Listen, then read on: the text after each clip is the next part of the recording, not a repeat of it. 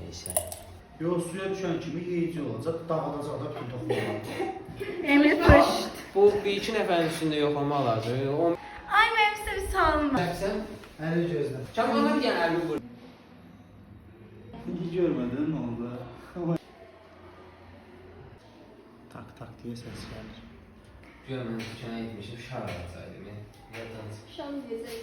Sen bizden bizim aldık mı? Biz başlayacağız. mənim müşkə partiyana oxşuyur. Valla. Yaptım. Ay.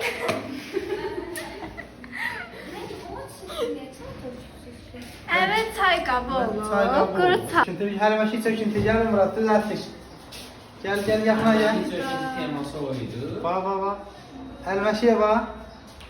Aa. Mən yeyirsən, Kamil. Sen yetiştireceğim. Amma bilirəm. Elmaşıyı izah eləmişdin də sən. Bu çox da dəmir deyil axı.